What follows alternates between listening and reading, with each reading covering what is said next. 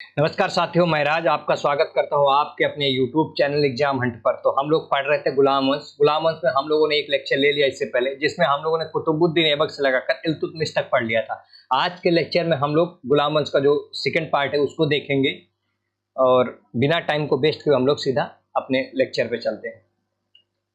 तो 1236 में इल्तुतमिश की जब मृत्यु हो जाती तो उसका जो बेटा रहता है रुकनुद्दीन फिरोज शाह, वो शासक बनेगा। वो मतलब इसका जो बेटा रहता है बहुत ही विलासी प्रवृत्ति का रहता है और ये बहुत सारा धन जो रहता है वहाँ के जो मतलब गायक थे, भांडो, हिजड़ो या मतलब जो भी ऐसे व्यक्ति थे जैसे महिलाओं पर, ये बहुत सारा धन अपना वेस्ट करता था, मतलब खर्च करता था।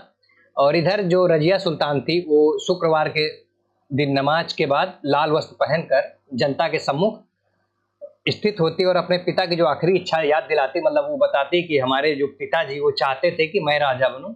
तो यही सब देखकर जो दिल्ली की जो जनता रहती है वो जो रुकनुद्दीन फिरोज शाह उसको शासन से हटाकर रजिया को शासन पे बैठा देगी। तो आज चूंकि जो रुकनुद्दीन फिरोज शाह उतना इंपॉर्टेंट नहीं, तो हम लोग उसको नहीं देखेंगे, सीधा हम लोग रजिया पे चलेंगे। रजिया का जो टाइम पीरियड रहेगा वो 1236 से लेकर 1240 के बीच रजिया शासन करेगी।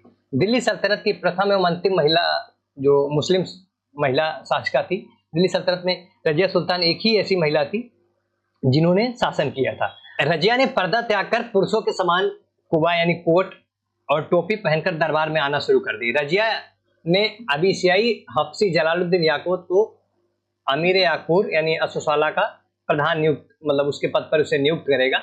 इसामी ने जो इसामी बताता है कि रजिया और याकूत के मध्य प्रेम संबंध था। एतगीन को बदायूं एवं अल्तुनिया को भटिंडा का इक्तादार नियुक्त करेगी बाद में।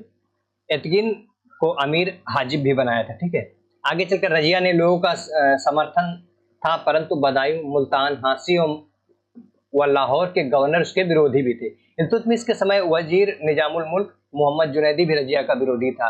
तो इल्तुतमिश के समय जो वजीर था निजामुल मुल्क, वो ये नहीं चाहता था कि रजिया मतलब राजा बने, इसलिए जब रजिया राजा बनती तो वो भी इसका विरोधी हो जाता है। और रजिया के विरुद्ध षड्यंत्र का जो प्रमुख षड्यंत्रकारियों में से जो प्रमुख रहता है उसका नाम एतगीन रहता है।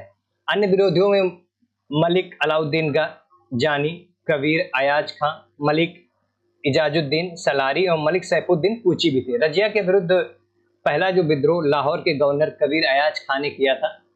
और इसी के समय में जो रजिया के समय में शिया और सुन्नी के बीच झगड़े भी होंगे। ठीक है, रजिया के समय सुल्तान व तुर्क अमीरों के बीच भी संघर्ष शुरू हो जाएगा और आगे चलकर जो ये बलबन के सत्तारूढ़ होने तक ये जारी रहेगा। और जब बलबन सत्तारूढ़ होगा तो जो अमीर रहेगा उनको मतलब उनका बुरी तरीके से दमन करेगा। और 1238 ईस्वी में ख्वारिज्म के शाह के सूबेदार मलिक हसन कलंगू ने मंगोलों के विरुद्ध रजिया से सहायता मांगी थी। रजिया ने उसे सहानुभूति प्रकट की, परंतु क्या कहता है, सैनिक सहायता नहीं देगी। अल्तुनिया ने विद्रोह कर दिया इसी के समय और अमीरों ने रजिया के भाई बहराम शाह को गद्दी पर बैठा दिया। रजिया ने अल्तुनिया से विवाह कर लिया आगे चलकर और चतुराई से अपनी ओर मिला लिया, किंतु रजिया जो है बहराम शाह से पराजित हो जाएगी और आगे उसको मार्ग में डाकुओं के द्वारा उसकी कैथल में 1240 ईस्वी में हत्या कर दी जाएगी। हबीबुल्लाह के अनुसार रजिया का पतन तुर्क सैनिक अभिजात वर्ग की विजय थी। इतिहासकार रजिया की असफलता का कारण गुलामों, सरदारों की महत्वाकांक्षा एवं रजिया का महिला होना मानते थे। इसामी सलाह देता था कि रजिया को सिंहासन पर बैठने की बजाय चरखा संभालना चाहिए। तो ये स्टेटमेंट जो है अक्सर पूछ लिया जाता है कि रजिया को सिंहासन पर बैठने के बजाय चरखा संभालना चाहिए, ऐसा किसने कहा था? तो आप लोग इसको याद रखिएगा, इसामी ने कहा था। मिनहाजुद्दीन सिराज के अनुसार रजिया में सभी बादशाही गुण विद्यमान थे, किंतु उसके महिला होने के कारण ये सब गुण बेकार थे। तो ये भी स्टेटमेंट अक्सर पूछ लिया जाता है, ऐसा कौन कहता है कि रजिया के सभी बादशाही गुण विद्यमान थे किंतु उसके महिला होने के कारण ये सब गुण बेकार थे? तो आप ध्यान रखिएगा, या फिर इसको आप नोट डाउन भी कर सकते हैं। रजिया ने अपने सिक्कों पर उम्दत उल निस्वा के विरुद्ध धारण किया था, मतलब ये इसकी उपाधि थी। रजिया ने बलबन को अमीर शिकार का पद दिया था। ठीक है, ये रजिया का मकबरा है। इस रजिया की मृत्यु के बाद मुइजुद्दीन बहराम शाह 1240 से 1242 तक शासन करेगा और इसके समय में जो सबसे दो तीन चीजें होंगी इसके समय में। एक जो रहता है ये नायब मुमलकत के पद को सृजन करेगा और इस पर एतगीन को प्रथम नायब बनाएगा, इख्तियारुद्दीन एतगीन को। ठीक है, आगे चलकर इसकी जो सत्ता रहेगी 3 केंद्रों में बांट देगा, जिसमें सुल्तान, नायब और वजीर के अंतर्गत हो जाएगी। ठीक है, इसके शासन काल में 1241 ईस्वी में लाहौर पर सर्वप्रथम मंगोल ताहिर बहादुर का आक्रमण होगा। तो जो मंगोलों का सबसे पहला आक्रमण होगा वो इसी के शासन में होगा, यानी मुइजुद्दीन बहराम शाह के शासन काल में 1241 में कौन करेगा? ताहिर बहादुर करेगा। ठीक है, मंगोल आक्रमण से सल्तनत की सीमा सिंधु नदी तक सिमट गई। मतलब जब मंगोल आक्रमण होगा तो इसकी जो सीमा होगी वो सिंधु तक ही सिमट जाएगी। ठीक है, बहराम शाह ने बलबन को झांसी व रेवड़ी की जागीर दी थी। तो ये था बहराम शाह, इसके बारे में हम लोग देख चुके हैं। अगला जो शासक रहेगा उसके बाद अलाउद्दीन मसूद शाह। ये जो बेटा रहता है ये फिरोज शाह का बेटा रहता है, फिरोज शाह रुकनुद्दीन, जो है पोता रहेगा। ठीक है, इसने सारी शक्तियां चालीसा को सौंप दी और नाम मात्र का सुल्तान रह जाएगा।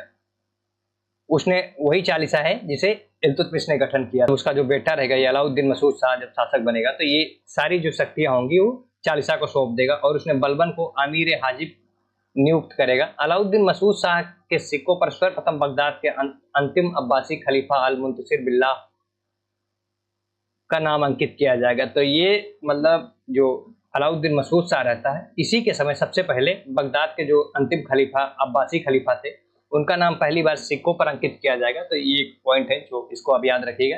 इसके मतलब यही एक जो बात है इंपॉर्टेंट है इसके शासनकाल में। ठीक है, आगे हम लोग चलते हैं। नसीरुद्दीन महमूद। मिनहाज ने नसीरुद्दीन महमूद को दिल्ली का आदर्श सुल्तान कहा है। ठीक है, और इसी को केंद्र में रखकर नसीरुद्दीन महमूद जो तबकाते नसीरी लिखेगा तो नसीरुद्दीन महमूद को ही केंद्र में रखकर ये अपनी जो बुक लिखेगा मिनहाजुस सिराज तबकाते नसीरी। ठीक है, मिनहाज ने ही उसकी संत सुल्तान वाली छवि प्रस्तुत की थी।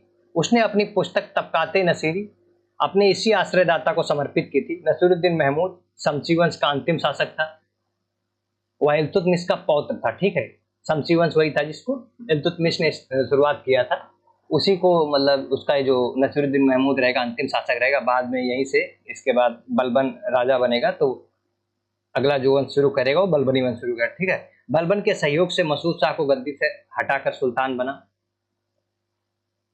यह धार्मिक स्वभाव का था, वह खाली समय में कुरान की नकल करता था। ठीक है, इसामी के अनुसार वह एक अच्छा सुलेख और धर्मपरायण व्यक्ति था। कुरान की प्रतिलिपियों को बेचकर जो आय होती थी उसी से वह अपना खर्च चलाता था। मतलब ये जो नसीरुद्दीन महमूद था ये कुरान की प्रतियां लिखा करता था और उसी से बेचकर अपना खर्च चलाता रहता था। ठीक है, इसकी जो पत्नी स्वयं भोजन बनाती थी क्योंकि घर में कोई दासी नहीं थी। खुद नसीरुद्दीन महमूद का कहना था कि मैं राज्य के धन को अपनी सुख सुविधाओं पर खर्च नहीं कर सकता, मैं केवल राज्य का ट्रस्टी हूँ। इसामी कहता है कि वह बिना तुर्की सरदारों की आज्ञा के ना तो हाथ पैर हिलाता था और ना ही पानी पीता था और ना सोता था। राजा महल में रहता था और बलबन साम्राज्य का शासन करता था। मतलब जो नसीरुद्दीन महमूद रहेगा इसके समय में जो शासन का मतलब कहने को तो राजा नसीरुद्दीन महमूद रहेगा, लेकिन जो शासन असल में देख रहा था और जो शासन चला रहा था वो बलबन रहता। ठीक है, बलबन ने जो अपनी पुत्री थी, इसकी पुत्री थी हुजैदा, उसका ब्याह नसीरुद्दीन से कर दिया। इस समय वास्तविक शक्ति बलबन के हाथों में थी। ठीक है, बलबन सल्तनत का एकमात्र सुल्तान नसीरुद्दीन महमूद था जिसकी केवल एक पत्नी थी। तो ये नसीरुद्दीन महमूद था, यही एक ऐसा राजा रहेगा जिसकी मात्र एक पत्नी रहेगी। ठीक है, पूरे सल्तनत काल में 1249 ईस्वी में बलबन को उलूग खां की उपाधि प्रदान की एवं नायब मुमलकत नियुक्त किया। ठीक है, 1253 में भारतीय मुसलमानों का नेता इमामुद्दीन रेहान बलबन के स्थान पर नायब बना और 1254 में बलबन पुनः नायब बना। ठीक है, इमादुद्दीन रेहान के नेतृत्व में भारतीय मुसलमानों का शासन सत्ता प्राप्त करने का प्रथम प्रयत्न किया जो कि असफल रहेगा। इतिहासकार नसीरुद्दीन महमूद के समय मिनहाजुल सिराज जो था उसका मुख्य काजी रहेगा। तबकाते नसीरी नसीरुद्दीन महमूद को समर्पित है। नसीरुद्दीन अपनी साधारण आदतों के कारण दरवेश के नाम से जाना जाता था। 1265 में नसीरुद्दीन की मृत्यु के बाद बलबन सुल्तान बनेगा। 1265 में जब नसीरुद्दीन की मृत्यु हो जाएगी तो उसके बाद जो राजा बनेगा वो मतलब जो सुल्तान बनेगा वो बलबन बनेगा। तो ये है बलबन का जो शासनकाल रहता है 1265 से लेकर 1287 ईस्वी तक रहेगा। इसका जो मूल नाम रहता है वो बहाउद्दीन रहेगा और ये इलबरी तुर्क जाति का था। इसकी जो उपाधि थी गयासुद्दीन, जब वह सुल्तान बनेगा तो यह उपाधि धारण करेगा। दूसरी इसकी उपाधि थी उलूग खां यानी महान खां। इसकी एक और उपाधि थी नियाबते खुदाई और ये खुद से अपने आप को जिल्ले इलाही कहता था, यानी ईश्वर की छाया। तो एक इसकी जो चौथी उपाधि थी वो जिल्ले इलाही थी। ये बलबनी वंश की स्थापना करेगा, तो इसका संस्थापक बलबनी वंश का होगा। और ये इस वंश का जो अंतिम शासक रहेगा वो कैकुबाद रहेगा, मतलब गुलाम वंश का भी अंतिम शासक कैकुबाद रहेगा। उसके बाद कैकुबाद की हत्या करके जलालुद्दीन खिलजी वंश की स्थापना करेगा। ठीक है, तो बलबन ने सुल्तान बनने से पहले 20 वर्ष तक नसीरुद्दीन महमूद के वजीर के रूप में कार्य करते हुए सुल्तान की शक्तियों का उपयोग किया। तो जब नसीरुद्दीन महमूद राजा था तो ये वजीर रहता उस समय बलबन, और लगभग 20 साल तक वजीर रहते हुए भी सुल्तान की सारी शक्तियों का प्रयोग करता है, और सुल्तान ना होते हुए सुल्तान के छत्र का भी प्रयोग किया। ठीक है, बर्नी ने बलबन को जनता का पिता, नायक एवं खुफिया कातिल, क्योंकि वह खुफिया कातिल इसको क्यों कहते हैं, क्योंकि वह अमीरों की गुपचुप तरीके से हत्याएं करवा देता था। ठीक है, पालम बावली लेख में, जिसकी रचनाकार कौन है, योगेश्वर पंडित। पालम बावली लेख में विष्णु का अवतार बताया गया, मतलब बलबन को विष्णु का अवतार बताया गया है। और गढ़ मुक्तेश्वर लेख में बलबन को खलीफा का सहायक कहा गया। तो आप लोग इसको ध्यान रखिएगा। ठीक है, बलबन का राजत्व सिद्धांत लौह और रक्त नीति तथा प्रतिष्ठा, शक्ति व न्याय पर आधारित थी। मतलब इसका जो राजत्व का सिद्धांत था वो लौह और रक्त तथा प्रतिष्ठा, शक्ति व न्याय पर आधारित थे। उसके निबायत एक खुदाई सिद्धांत के अनुसार सुल्तान संसार में ईश्वर का प्रतिनिधि है, नायब खुदाई, और पैगंबर के बाद सुल्तान का स्थान है। बलबन ने अपने पुत्र बुगरा खां को कहा कि राजा में देवत्व का अंश होता है, उसकी समानता कोई मनुष्य नहीं कर सकता है। ठीक है, बर्नी ने तारीखे फिरोज शाही में बलबन के जो राजत्व सिद्धांत का विस्तृत विवेचना की है। सुल्तान की प्रतिष्ठा को बढ़ाने के लिए बलबन ने चालीसा का दमन किया, जो इल्तुतमिश चालीसा बनाएगा उसको, क्योंकि उस समय जो चालीसा थी उसका प्रभाव बहुत ज्यादा बढ़ गया था। तो क्या करता, जब बलबन राजा बनेगा तो ये जो चालीसा है उसको बड़े क्रूरता तरीके से दमन करेगा। बदायूं के जो गवर्नर रहेंगे बकबक, इसको जनता के सामने कोड़ों से पिटवाएगा।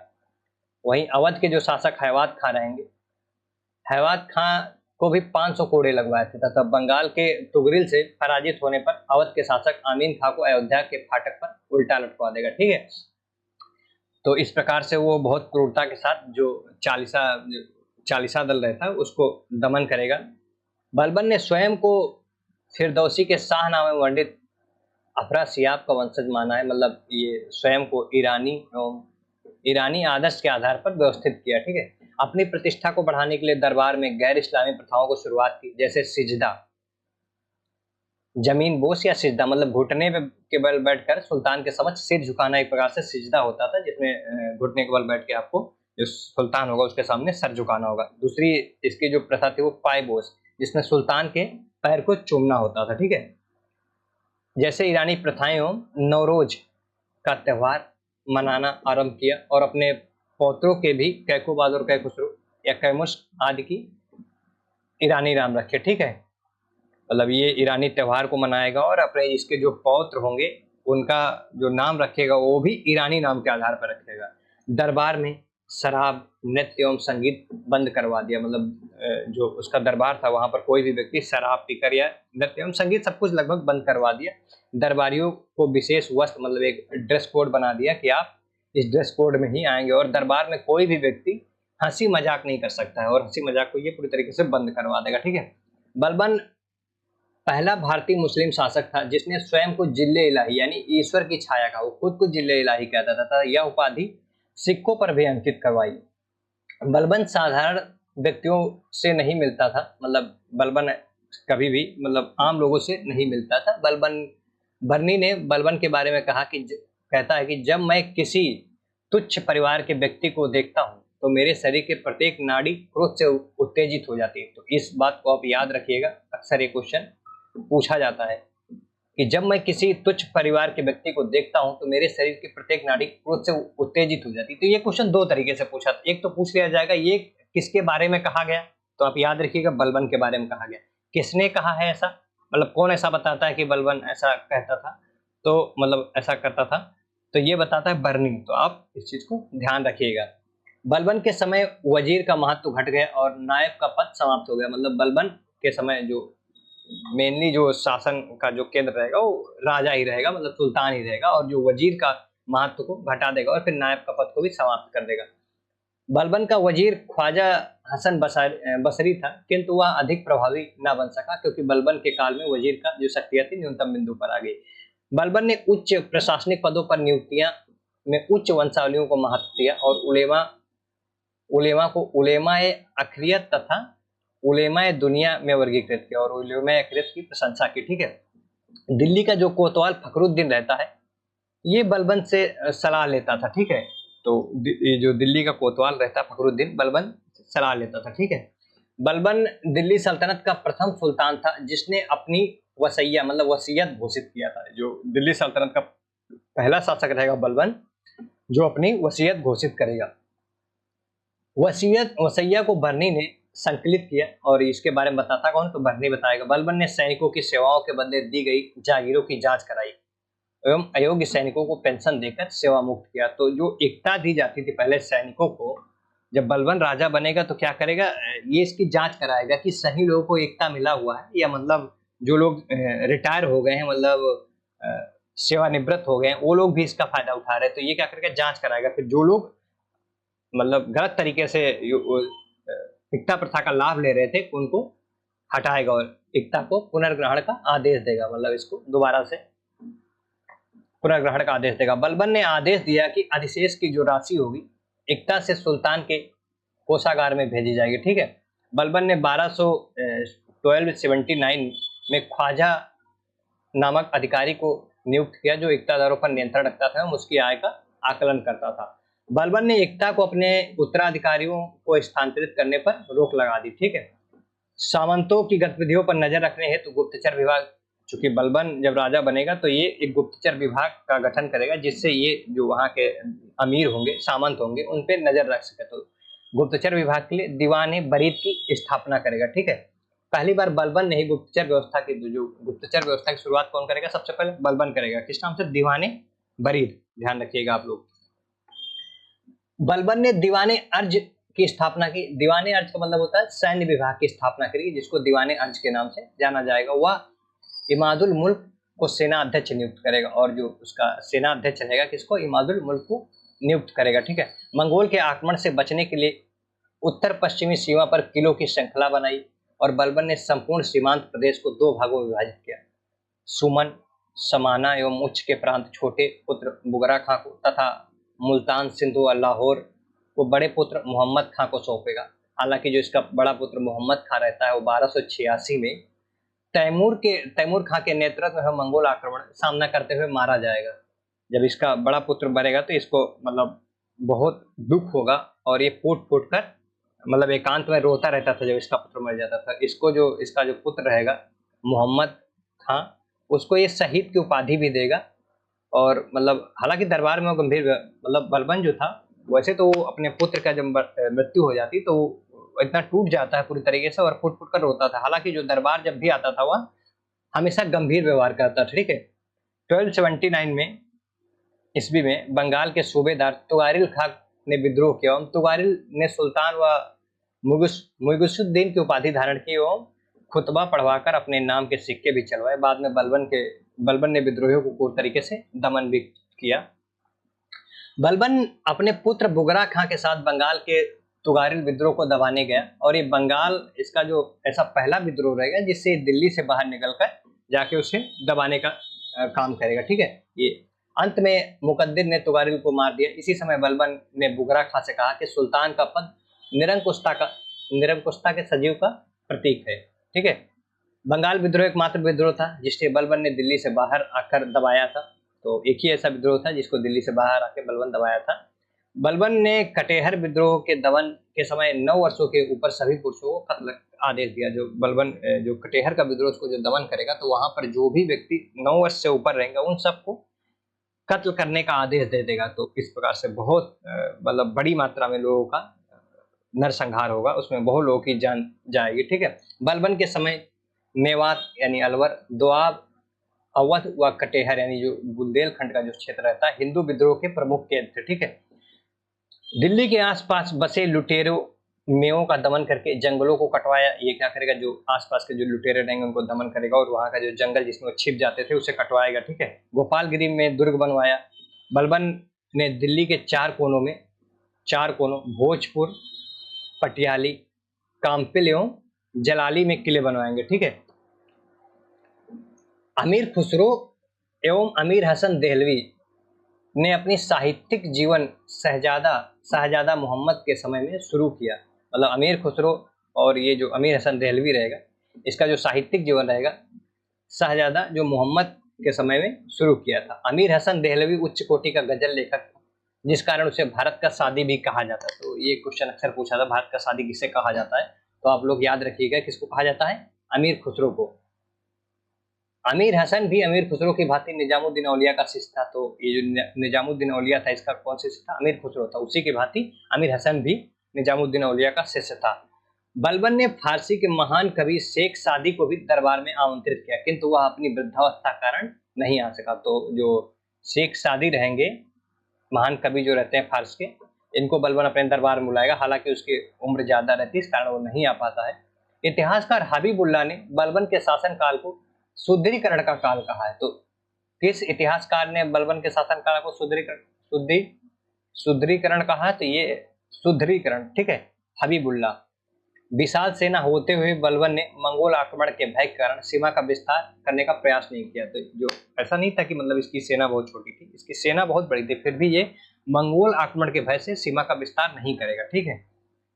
ए.के. निजामी ने कहा कि बलबन एक उत्तम अभिनेता है और अपने दर्शकों को आधुनिक फिल्म सितारों की भांति मंत्रमुग्ध करता है। तो ऐसा कौन कहता है? ए.के. निजामी कहेगा कि बलबन एक उत्तम अभिनेता और अपने दर्शकों को आधुनिक फिल्मी सितारों की भांति मंत्रमुग्ध रखता है। ठीक है। बर्नी के अनुसार बलबन एक मलिक होते हुए भी खान हो गया और फिर वह सुल्तान बन गया। तो जब बलबन शुरुआत करता तो पहले वो दास रहेगा, फिर मलिक होगा, फिर खान होगा, फिर सुल्तान बन जाएगा। ठीक है। इतिहासकार बर्नी लिखता है कि बलबन की मृत्यु से दुखी हुए मालिकों ने अपने वस्त्र फाड़ डाले और सुल्तान के शव को कब्रिस्तान ले जाते हुए अपने सिरों पर धूल फेंकी। वह 40 दिन तक बिना बिस्तर पर जमीन पर सोए। तो जब बलबन की मृत्यु होती है तो 1265 में बलबन की मृत्यु से दुखी होकर वहां के जो मलिक थे वो अपने कपड़े फाड़ डालेंगे और सुल्तान के शव जब कब्रिस्तान को ले जाएंगे तो अपने सिरों पर धूल वूल फेंकेंगे और 40 दिन तक वो लोग बिस्तर पर नहीं लेटेंगे और वो जमीन पर सोते थे। ठीक है। तो बलबन की मृत्यु के बाद उसका अयोग्य पुत्र जो रहता है कैकुबाद, ये बुगरा खां का मतलब पुत्र रहता है, ये बलबन का जो पौत्र होगा। ठीक है। उत्तराधिकारी हुआ। यद्यपि बलबन ने कैव खुसरो को अपना उत्तराधिकारी चुना था, कैकुबाद को, चूंकि कैकुबाद को लकवा हो जाता है तो तुर्क जो अमीर रहते हैं उसके पुत्र शमसुद्दीन क्यूमर्स को, मतलब क्यूमर्स जो शमसुद्दीन रहेगा उसे क्यूमर्स के नाम से गद्दी पर बैठा देंगे और इस कैकुबाद को, चूंकि इसको लकवा हो जाता तो यहाँ के जो अमीर रहेंगे उसको यमुना नदी में फेंक देंगे। ठीक है। जो तरकेश रहेगा उसको यमुना नदी में फेंकवा देगा। मोहम्मद खां के पुत्र कैव खुसरो को दिल्ली का दाद बेग निजामुद्दीन सुल्तान नहीं बनने देता और कैकुबाद ने उसकी मंडोली में हत्या करवा दी। ठीक है। तो बलबन का जो दूसरा पुत्र बुगरा खां बंगाल की सूबेदारी से ही संतुष्ट रहा। मतलब इसका जो बेटा, बलबन चाहता था कि इसका जो दूसरा बेटा बुगरा खां है वो आके सुल्तान बने, परंतु जो बुगरा खां था वो नहीं चाहता था राजा बनना और वो मतलब बंगाल का ही सूबेदार बने रहने से संतुष्ट था। ठीक है। तो जलालुद्दीन फिरोज खिलजी जो कि आरजे ममलुआत था, उसके समय में जो मतलब जलालुद्दीन फिरोज खिलजी था, आरजे ममालिक था, ने कैकुबाद और कैमुर्स की हत्या कर गुलाम वंश को समाप्त कर दिया और खिलजी क्रांति का सूत्रपात किया। तो जो जलालुद्दीन रहेगा इसके समय में, आरजे ममलुआत रहेगा, वो कैकुबाद और जो क्यूमर्स रहते हैं उनकी हत्या करवा के गुलाम वंश को समाप्त कर देगा। तो यहीं से जो गुलाम वंश है या समाप्त हो जाता है। इसके बाद जो अगला वंश रहेगा वो खिलजी वंश की स्थापना करेगा जलालुद्दीन खिलजी। उसको ये आप देख सकते हैं जो थंबा बलबन है, यानी ये मेहरौली में है, नई दिल्ली में, मेहरौली जो कि नई दिल्ली में है। ठीक है। ये मेहरौली है, मेहरौली में नई दिल्ली में बलबन को वहीं दफना दिया जाएगा। इसकी तो आज के लेक्चर को हम लोग यहीं पर खत्म करेंगे। नेक्स्ट जो लेक्चर होगा उसमें हम लोग खिलजी वंश के बारे में पढ़ेंगे।